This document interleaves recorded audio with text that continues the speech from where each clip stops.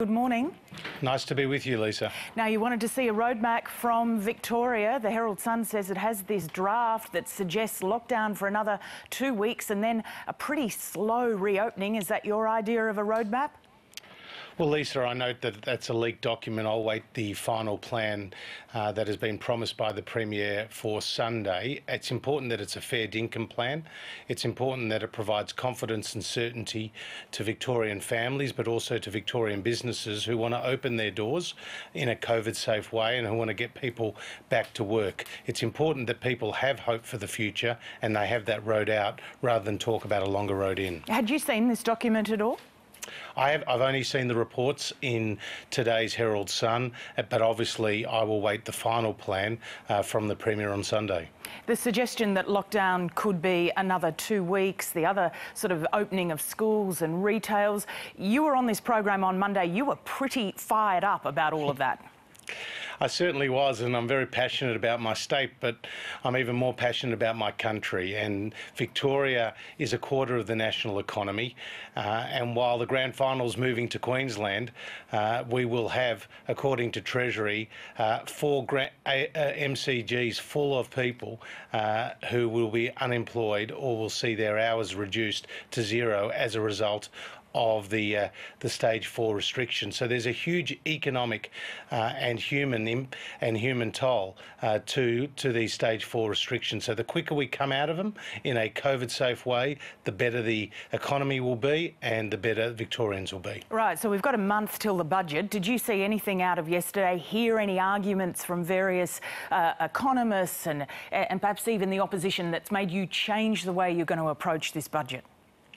Well, we've always been sticking to our JobMaker plan, and that's to see more people get back to work, and that will be the focus of the October 6th budget. It's important to recognise, Lisa, that of the 1.3 million Australians who either lost their job or saw their hours reduced to zero since the start of the crisis, already around 700,000 or more than half are back at work. And we really have a national economy that's operating at 2 speeds. There's Victoria and then there's the rest. And outside of Victoria, the jobs are coming back. So obviously our first focus is to get the virus under control, but once that occurs, you start to see restrictions eased. We'll continue to bring forward infrastructure investment. We'll continue to provide tax incentives for more business investment. We'll continue to invest in skills.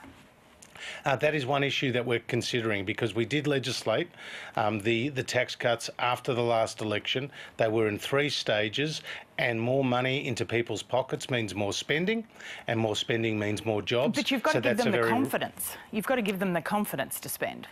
We absolutely need to do, and the best way to do that is to ease the restrictions. That's why what happens in Victoria is so critical to the state's recovery, but also to the national recovery, because it goes right to that issue of confidence. And if businesses can see a roadmap out, then they can take the decisions to hire more people, they can take the decisions to invest in growing their business. But the RBA is saying unemployment's still going to be 10% by the end of the year, 9% by the middle of next year. How do those numbers sit with you?